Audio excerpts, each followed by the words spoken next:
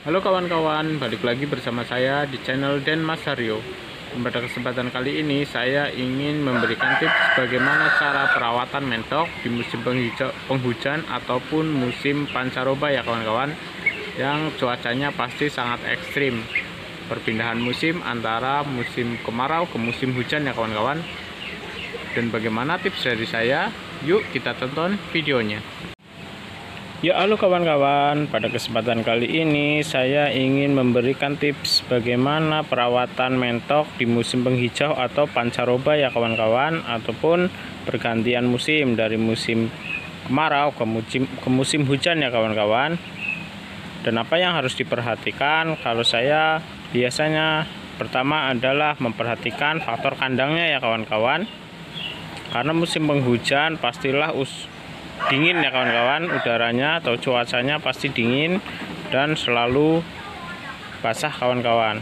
Kita harus benar-benar menjaga kebersihan kandangnya ya kawan-kawan, mulai dari bekas pakannya ataupun kotorannya ya kawan-kawan. Dan yang kedua, biasanya saya membuat kandangnya dibikin seperti ini ya kawan-kawan.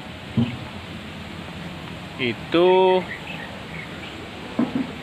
ya kawan-kawan, seperti ini, yang berfungsi untuk tidur ataupun untuk berteduh ya kawan-kawan, agar tidak langsung terkena tanah.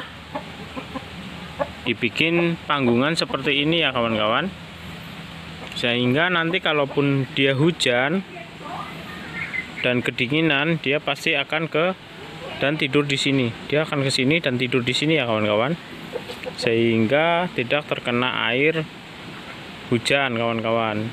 Jadi hangat terus ya kawan-kawan. Seperti ini ya kawan-kawan. Saya bikin sangat sederhana sekali kawan-kawan. Dan faktor berikutnya yaitu faktor makanan ya kawan-kawan. Di musim penghujan, karena udaranya sangat dingin, dan pastilah banyak penyakit yang datang karena pancaroba ya kawan-kawan, pergantian musim, pergantian cuaca. Kita tidak boleh telat memberikan makan ya kawan-kawan.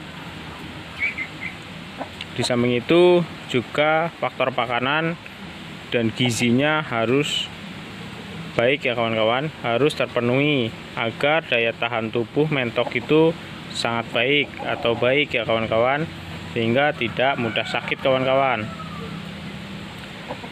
Faktor makanannya itu harus benar-benar dijaga.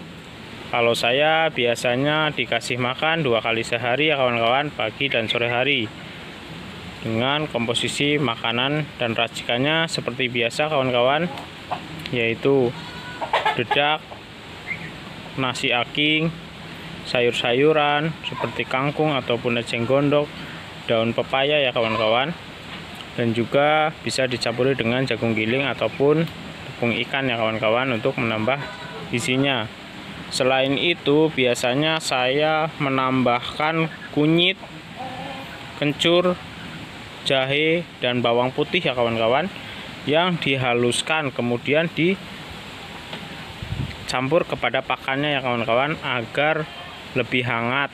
Dan juga rempah-rempahnya mengandung antibiotik ya kawan-kawan, sehingga bisa menambah imun pada mentok-mentok kita kawan-kawan, sehingga daya tahan tubuhnya bagus di musim pancaroba atau pergantian musim ya kawan-kawan, atau musim penghujan kawan-kawan, sehingga badannya pun hangat.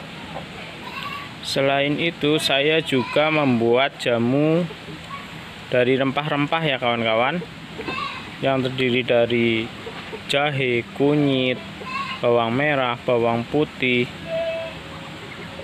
kencur, dan lain-lain ya kawan-kawan, dibuat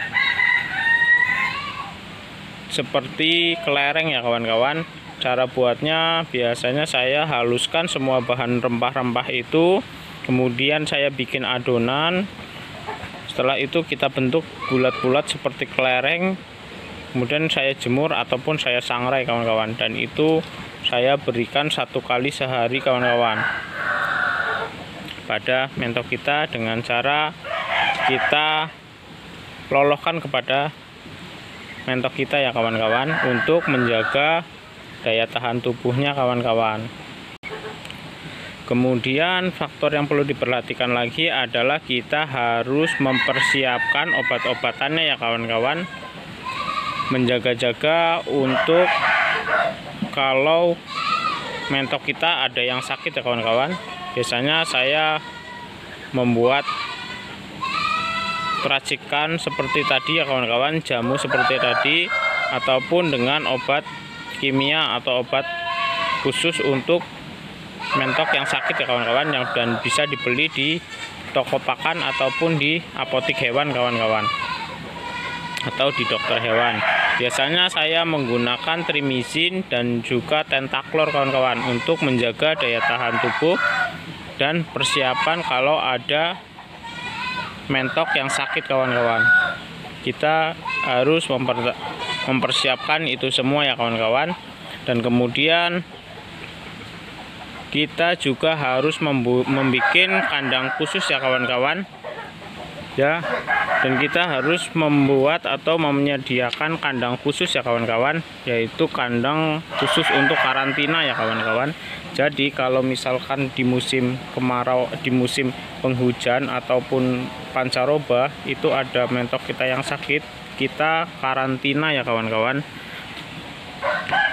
Jadi kalaupun itu tidak menular ke teman-temannya yang lain ya kawan-kawan, sehingga ada mentok yang sakit langsung kita karantina kawan-kawan, sudah siap kandangnya.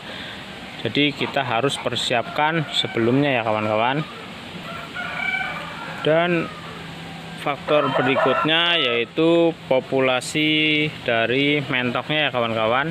Usahakan kalau dalam musim pancaroba atau musim penghujan tiba, populasi mentok kita itu kalau bisa dikurangi ya kawan-kawan. Dalam satu kandang itu alangkah baiknya kita kurangi. Jadi dalam satu kandang itu bisa sekitar 5 ekor ataupun 2 ekor atau 4 ekor seperti ini ya kawan-kawan.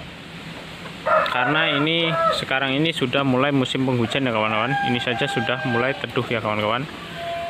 Nah, dalam satu kandang itu populasinya dikurangi ya kawan-kawan, untuk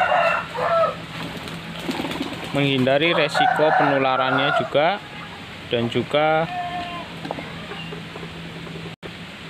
juga overpopulasi dalam satu kandang ya kawan-kawan, sehingga ruang geraknya pun akan jauh lebih luas kalau misalkan dalam satu kandang itu cuma diisi 4 sampai 5 ekor dalam satu kandang ya kawan-kawan. Di samping itu juga kalau ada pun mentok yang sakit itu tidak gampang menular ya kawan-kawan. Jadi itu yang harus perlu diperhatikan dalam musim penghujan ataupun dalam musim pancaroba ya kawan-kawan. Karena dalam musim pancaroba ataupun musim penghujan itu pastilah pergantian cuaca dan iklimnya itu sangat ekstrim, sehingga bahaya sekali untuk mentok-mentok kita.